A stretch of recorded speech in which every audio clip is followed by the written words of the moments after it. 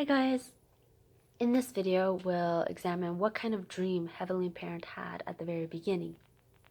Most people think that since God is an omniscient and omnipotent being, he has everything that he wants and he doesn't need anything. But actually, at the very beginning, Heavenly Parent also had a dream. So let's find out what exactly that dream was. That dream is the very reason that Heavenly Parent created this universe. It's the very reason that all of us exist. So by understanding Heavenly Parent's dream, we not only understand the purpose of creation, but also our purpose, the purpose of our own existence.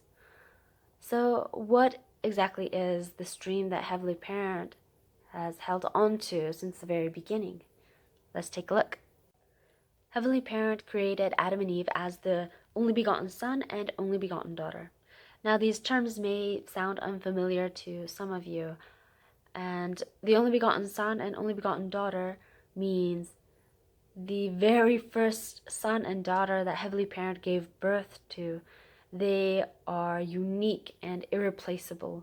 The position of the first child is very important to a parent because they're the ones who make the parent into a parent. Like the second, third, fourth child, they are also really important. They're also very special to the parent, but they don't give the title of parent to the couple, right? The first child is the one that gives this title of a parent to Heavenly Parent. Therefore, they're called the only begotten son and only begotten daughter. They represent the beloved children to whom Heavenly Parent wished to completely give his first love. Adam and Eve, as the only begotten son and only begotten daughter, were not only the objects of Heavenly Parent's love, but also meant to become Heavenly Parent's manifestation.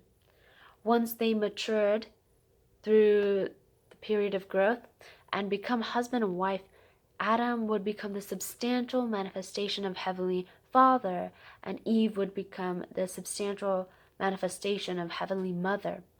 Heavenly Parent did not want to remain a mere invisible, intangible, abstract being like air or some kind of spirit that we cannot see or feel.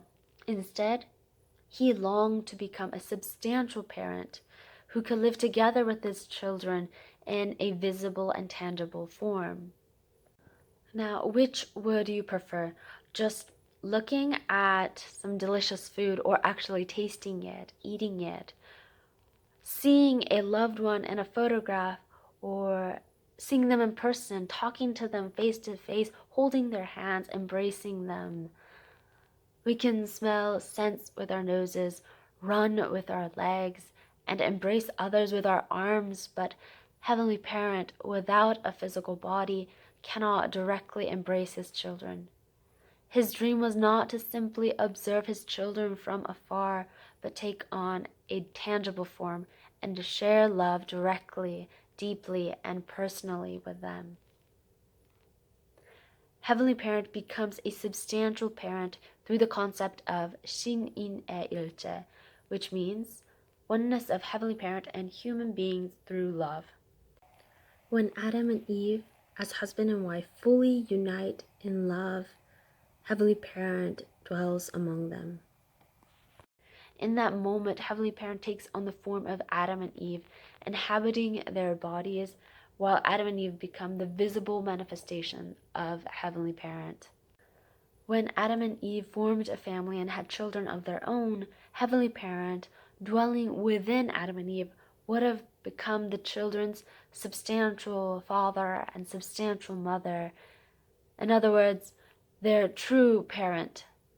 As a true parent, Heavenly Parent desired to live together in the family, sharing everything, all the meals, the sorrow, the joy. He wanted to live together with his children. Even after life on earth ended, Heavenly Parent's dream was to live eternally with his children in the spirit world. In other words, true parents, with an S, refers to Adam and Eve, the only begotten son and only begotten daughter, who became the embodiment of Heavenly Parent. Through them, Heavenly Parent dreamt of becoming the true parent of humanity and living together with his beloved children in a substantial form as a substantial parent. Heavenly Parent's dream was not only limited to Adam and Eve. Through them, Heavenly Parent wanted to become the parent of all mankind and form a world where all of humanity live as one family. Through Adam and Eve, Heavenly Parent becomes the true parent and establishes the first human family. If that family were to expand into many generations all over the world, then all people would become brothers and sisters under one parent, under Heavenly Parent. As children of the same parent, a world of true peace, free from war and conflict, would be realized. This is the world that Heavenly Parent dreamed of. This is the world that he envisioned, a world where all humanity lives as one family under him. Heavenly Parent, united with Adam and Eve as the first human ancestors, desire to become the parent of the whole physical and spiritual world and all of humanity, what we call the true parents of heaven, earth, and humankind.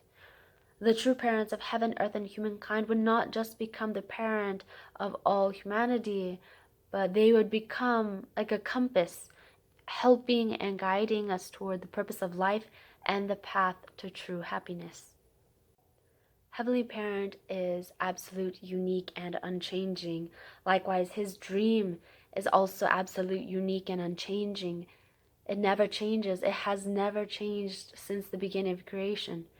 It is the very purpose of creation, a world where Heavenly Parent lives together with his beloved children as the true parent of humankind.